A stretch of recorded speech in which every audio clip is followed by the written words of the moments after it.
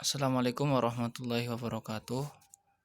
Perkenalkan kami dari kelompok 7 akan mempresentasikan hasil diskusi kami dengan tema Al-Ghazali. Sebelumnya kami akan memperkenalkan diri. Saya Fajar Bismail, NIM 35285 sebagai moderator dan pemateri, dan teman saya Nikmatul Amalas sebagai pemateri. Langsung saja, latar belakang kehidupan Al-Ghazali. Riwayat hidup. Al-Ghazali memiliki nama lengkap Muhammad bin Ahmad Abu Hamid Al-Ghazali. Beliau lahir di Turs, sebuah kota di Kursa pada tahun 450 Masehi. Ayahnya adalah seorang pekerja pembuat pakaian dari bulu wol dan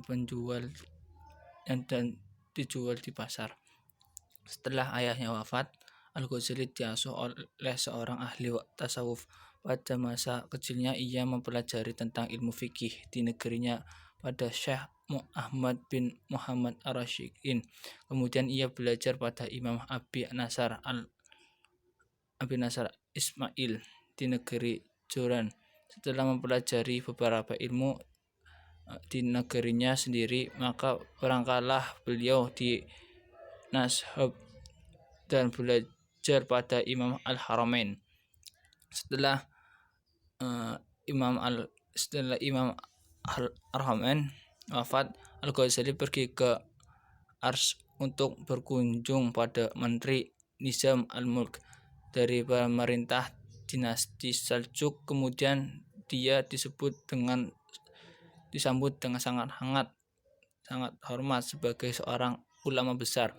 Kemudian dipertemukan dengan para alim ulama dan para ilmuwan lainnya.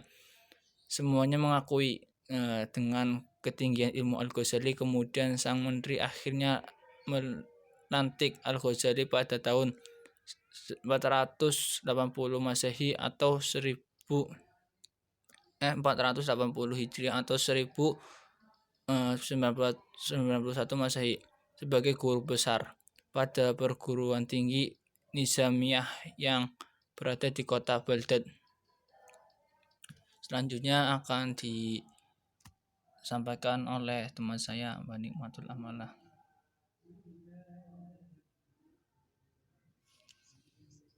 Membara dan sempat mendirikan sebuah sekolah di samping rumahnya. Akhirnya beliau wafat di tanah kelahirannya. Di kota Tus inilah beliau akhirnya meninggal pada hari Senin tanggal 14 Jumaidil Akhir 505 Hijriah atau 1111 Masehi. Sesaat sebelum meninggal, beliau sempat mengucapkan kata-kata yang juga diucapkan oleh Francis Bacon, filosof Inggris, yaitu kuletakkan arwahku di hadapan Allah dan tanamkanlah jasadku di lipat bumi yang sunyi senyap. Namaku akan bangkit kembali menjadi sebutan dan buah bibir umat manusia di masa yang akan datang.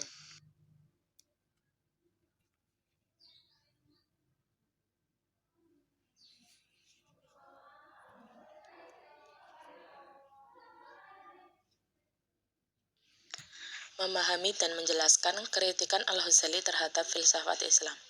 Apakah Al-Ghazali dapat dikatakan sebagai filsuf? Menurut para ahli sejarah, Al-Ghazali bukanlah filsuf dan pengertian sebenarnya, karena ia telah menentang bahkan menyerang filsafat dan membuangnya pula. Label kekufuran yang ditempelkan kepada para filsuf lebih menegaskan bahwa ia adalah anti filsafat. Dan Al-Ghazali telah mengkafirkan para filsuf dalam 3 masalah. 1. Pendapat mereka tentang kezaliman Tuhan dan kebatiman Tuhan. 2. Pendapat mereka bahwa Tuhan tidak mengetahui yang partikular, hanya terbatas pada yang universal. 3. Pendapat mereka bahwa tidak ada kebahagiaan jasmani, yang ada hanya kebahagiaan rohani. Perlu diketahui, diberi catatan bahwa pengertian kafir yang dimaksudkan oleh Al-Ghazali adalah bukan dimaksudkan bahwa filsuf telah menjadi kafir dengan ungkapan isin fa'il, yang berarti keluar dari Islam dan tidak mungkin lagi. dalam arti menjadi kafir mutlak, tetapi Al-Ghazali berpendapat bahwa para filsuf telah menyimpang dari pemahaman agama. Karena sikap Al-Ghazali terhadap filsafat itulah, menurut pandangan para ahli fikir, Al-Ghazali telah digolongkan kepada pembela Islam. Nomor pertama, memang ia lebih populer digelari Hujatul Islam. Terima kasih untuk